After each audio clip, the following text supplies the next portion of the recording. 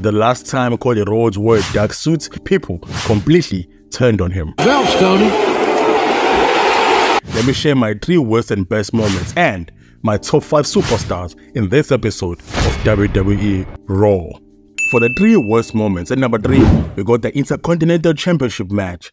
The build-up for this match has been a bit lame, not in a way that it's not exciting, not in a way that it's not gonna be good. Anyway, as you all know, this was probably not the plan all along. This seems like a changed up plan. It seems like a plan that was put together after our initial plan failed. I think it was probably with Brock Lesnar, and I understand it's gonna be so hard to bring someone or put someone in front of Gunther for him to dethrone Gunther in a way that is not gonna be believable, in a way that's just gonna be another person. I don't think Sami Zayn is gonna win at WrestleMania. I don't want Sami Zayn to win at WrestleMania because Gunther cannot lose to Sami Zayn, but mostly because I don't think Sami Zayn needs to go back to the mid-card again. I do not want Sami Zayn fighting for any mid-card title. He should be hovering. I don't care if he's losing matches, but he should be trying his hardest to get one of the main prizes. After the bloodline thing, putting Sami Zayn at the back of the line is not one of the best ideas WWE can have right now. And Gunther is someone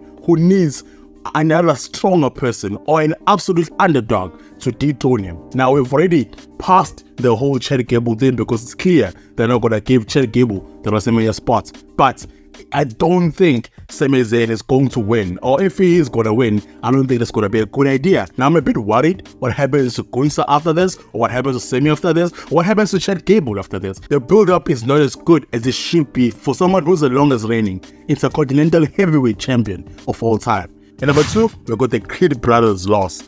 Not necessarily because DIY won, but because Creed Brothers is one of the very few superstars. Whenever I watch wrestling, there's a few superstars who, if they were to get initial pushes, fast pushes that seem very rushed, you will all get behind it, because I think the Creed Brothers are good enough in the ring, are entertaining enough as a pair, and work very well as a pair. So, and their brothers, it's so well. There's so many storylines that could be built from brother versus brother and all of that. For them to not win or get a spot at WrestleMania, it's a bit iffy to me. I'm not against DIY winning because DIY actually needs to win. I only realized today that Gargano and Ciampa have never even once competed at WrestleMania, which was something I never thought was true. I think it's fitting for them to go in as a pair because their whole careers have been intertwining for as long as I remember. But the Creed Brothers, I don't know what they're going to do with them after Mania. I don't know if they're going to maybe give them the big push then, but I wish they won. It's just a wish. It's not necessarily something that I'd see as a bad thing, but it's a wish that they kind of like, we had this one very new team in the ladder match, which would probably be the best ladder match in WrestleMania history. Number 1, I think Dr. Dom needs a win. I think Dr. Dom is at a point where he's so popular in a negative way, obviously, that giving him a title, giving him a run of any sort would be so good. I wish Dr. Dom can fight for the Intercontinental Championship. I wouldn't mind Dr. Dom dethroning Gunther for the Intercontinental Championship, but I think the reason why they're not going that route is probably because Gunther is also a heel, and then Dom is also a heel. It's not going to work well. Dr. Dom has proven himself to be out of Rey Mysterio's shadow, to have stood on his own, to be competent, to be entertaining, to be someone who the fans react to every single time. Now, we know that the booing is not necessarily a booing, it's just people reacting to him. But I believe at this point, Dr. Dom needs some wins. Dr. Dom needs a push. I think Judgment Day needs to find a way to push Dr. Dom as much as they possibly can. I believe WWE will make a very good use of Dominic Mysterio, so I'm not so crazy about that. I'm not so sad about that, but it needs some W's. Now for the best moments, at number 3, we got the Cody Rhodes promo. Cody Rhodes is at the point where every single promo he does is gonna garner a lot of attention because he is going to be in 2 main events of WrestleMania. So I understand, and I truly appreciate every time he cuts a promo, every time he comes out and says his piece and kind of reinvents himself and not just crying all the time. Last week, there's been the whole criticism of Cody Rhodes for being someone who cries a lot, but I couldn't help but have deja vu of AEW. I couldn't help. There was a time when Cody Rhodes came back, I think from injury or something like that.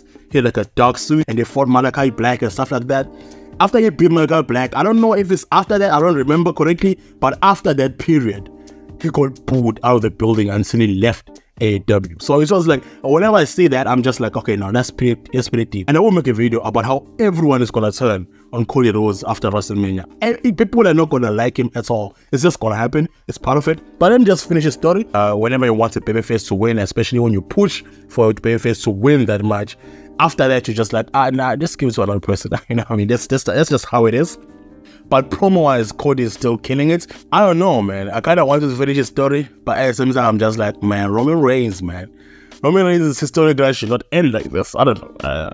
And number 2, we got the USOS prom. For 3 videos, I've been saying the USOS build-up has been horrible. I've been saying they have not put enough time. This has more potential. This had more potential to be a much bigger storyline, to be a much more emotional storyline, to be a much more interesting storyline moving forward to WrestleMania. But then they just rushed it. It was just like, I'm challenging you. It should have been so many things that should have happened.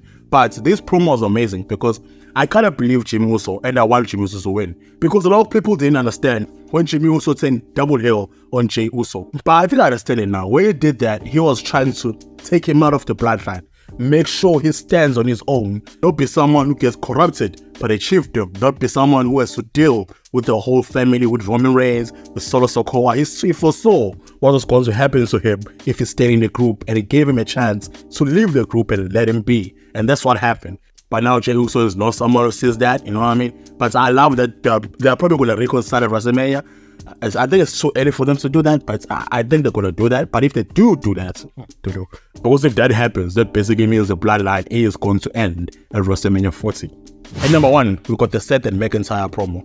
The reason why I have this at number 1 is how complex they've realized this whole storyline is. The Seth Rollins involvement in this title picture, it seems like an afterthought. It is not important to him. Like, Drew McIntyre is not someone who he should even be worried about because he's going to lose. And Drew McIntyre's opportunity came from a lot of cheating, a lot of hypocrisy on his end. Or he can actually lose maybe by CM Punk or anything like that, which is going to be weird because CM Punk helped Seth Rollins, which is going to be a whole weird complex storyline, which is going to be amazing. And Drew McIntyre is doing this so well because at this moment he is angry. It's getting revealed to him. The route he has taken to get back to the top is not one of honor or anything like that.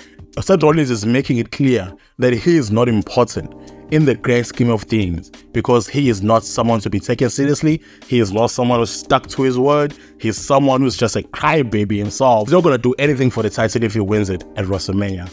Now for the WWE Raw question of the week. Who should retain at WrestleMania from WWE Raw? Now for my top 5 superstars, at number 5, we got Candice LeRae. At number 4, we got Dominic Mysterio. Number 3, we got Nia Jax. At number 2, we got Cody Rhodes. And number 1, we got Drew McIntyre.